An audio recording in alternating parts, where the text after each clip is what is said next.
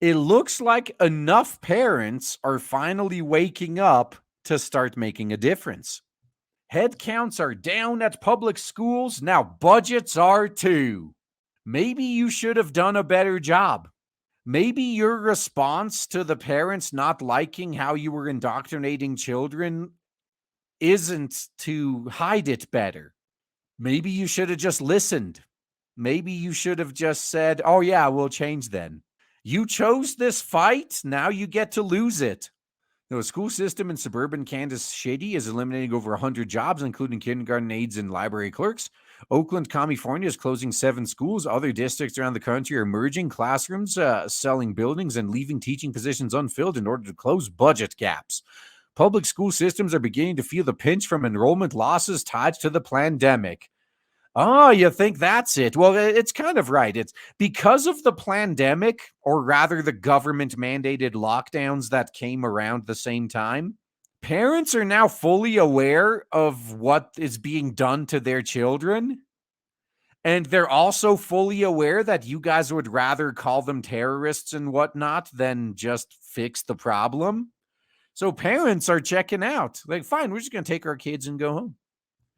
The money for schools is driven partly by student headcounts, and emergency provisions in many states allow schools to maintain funding at pre-pandemic levels. But like the billions of dollars of federal relief money that have helped schools weather the crisis, those measures were not meant to last forever. In Olaf, Kansas, where a school system is cutting 140 jobs, Deputy Superintendent John Hudson said the extra federal money merely put off the inevitable. Yeah, how about you train your staff to actually do their job instead of be political activists? Maybe you wouldn't be having this problem. Now it is trimming millions of dollars from its budgets because enrollment, having peaked at more than 30,000 students in the fall of current year -3, fell by around 900 in the first full school year of the pandemic. Less than 100 of those students have returned. Why would they? Where did those kids go? Hudson asked during a recent public meeting. Where are they? They didn't come back this year. And then that's what's laying on the additional reduction in our funding. They found out, the parents rather found out that either they could do better homeschooling. They found out that there's other options. Now, me personally, I learned through in-school suspension that I really only needed 1 to 2 hours a day to learn all the content for that day. The rest was just a waste of my fucking time. And I'm sure it's the same thing for a lot of kids. Families opting for homeschooling, private schools, and other options sent enrollments down sharply of the first full school year of the pandemic generally has been slow to recover. In Houston, the largest district in Texas, enrollment tumbled by more than 22,000. Damn! To around 183,000 in fall of current year -1, and only about half of those students have returned. The district was shielded from making cuts in the first 2 years of the pandemic by what is known as hold harmless provisions, but those protections are expected to end. Superintendent Millard House has asked departments to cut $60 million from next year's budget. Or else. Among other states that took steps to protect school budgets, Delaware provided $9.3 million in one-time funding in the fiscal year that ended in the summer of current year -1 to school districts and charter schools to prevent layoffs over enrollment declines. And North Carolina lawmakers decided to allow schools to use pre-pandemic attendance levels. More schools will be making cuts in the coming years, said Alex Spurrier, an associate partner at Bellwether Indoctrination Partners, a think tank. The last of the federal aid must be spent by current year +2. And that's another 2 years to further drop enrollment as well.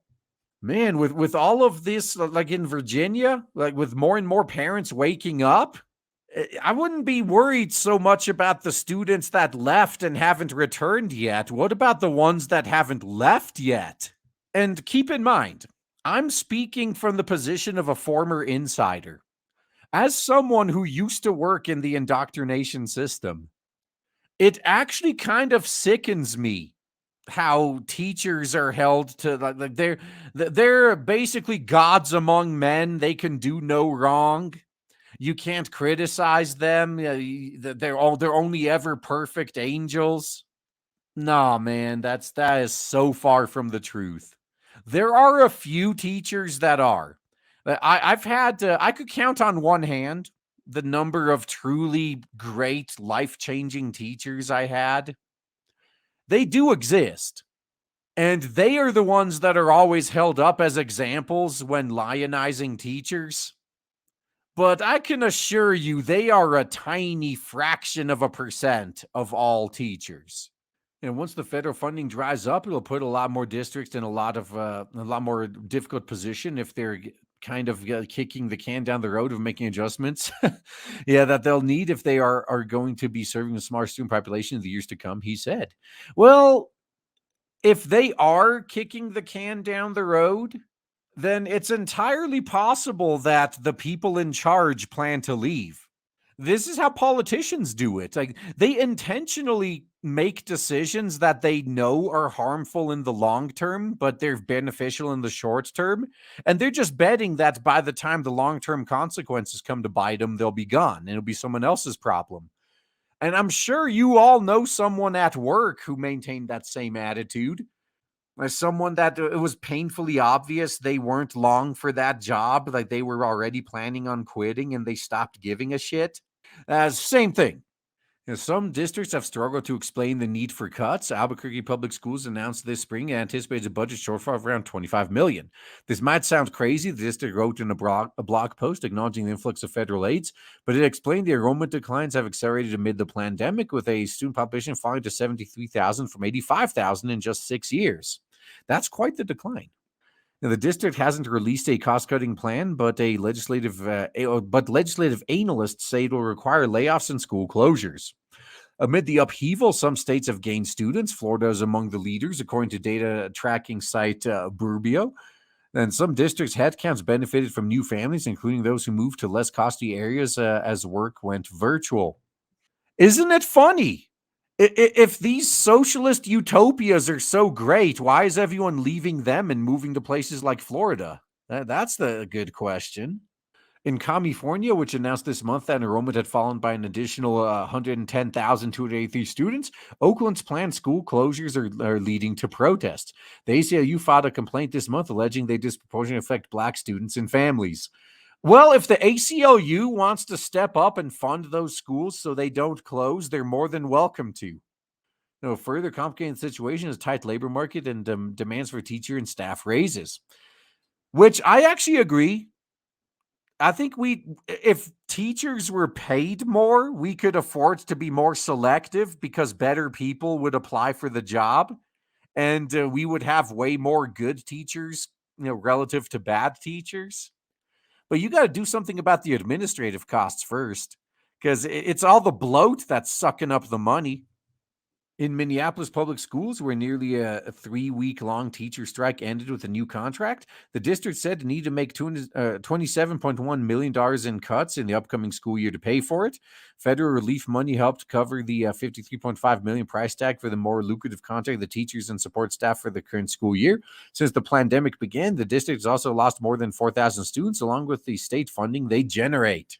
This is another thing that I find hilarious, and I do kind of agree with like your boy Zach, where like unions and making demands like this are generally reserved for people who actually, they can't be easily replaced. They do work that's highly in demand. Their employer isn't already teetering on bankruptcy. All this is going to do is push it over the edge. Now, school officials in the city of Lawrence, home to the main University of Kansas campus, are creating multi-grade level elementary classrooms, which will allow the district to get by with fewer teachers. That's how it's like in rural areas. Like it's nothing new. But I guess it might be if it's in a big city. That's part of an effort to close a budget shortfall brought on by declining enrollment and to free up money for raises. You can't cut close to $7 million and not change how you do business, Lawrence Superintendent Anthony Lewis acknowledged at a meeting this month. So let me pose you this question. I'm sure if you looked, you could find $7 million to cut in bloat. Do you have diversity and inclusion officers drawing 6-figure salaries? Gone. Do you have an administrator there, like a superintendent, that makes $2 million a year? That's a little over a third. Sorry, little under a third of the money that that you need to make up. Just get rid of them. You don't have to cut the teachers. You could start cutting the bloat. I know there's plenty of bloat that doesn't need to be there. So in Iowa, the Des Moines district canceled a conference, sold a building that isn't replacing some retiring teachers, as it cost $9.4 million in spending for the upcoming school year. Now, how much you want to bet the bloat actually got raises during this while jobs are getting cut? The cuts were needed partially because district enrollment has fallen by 1,600 students since the pandemic began. The district, which is the state's largest with 31,000 students, anticipates it will need to make even deeper cuts next year. Well, it looks like their homeschool district is about to become the largest one, huh? I think it's fair to say the federal aid helped offset some of the financial challenges, said Phil Roeder, a spokesperson for the district. It did help to get us through what's been a historically bad moment in history, but that was temporary, stopgap, and not a long-term solution for school districts. You want a long-term solution for school districts? How about you stop with all the bullshit that's making parents pull kids out of your districts? Have you ever considered that option? All right, that goes against your ideology. We can't do that. Well, enjoy going broke then.